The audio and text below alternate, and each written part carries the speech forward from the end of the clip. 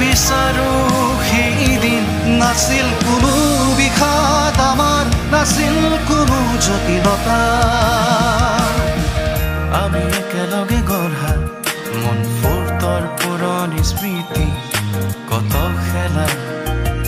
কত দুষ্টামি আহা আমি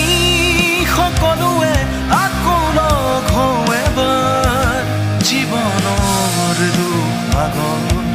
পাহৰি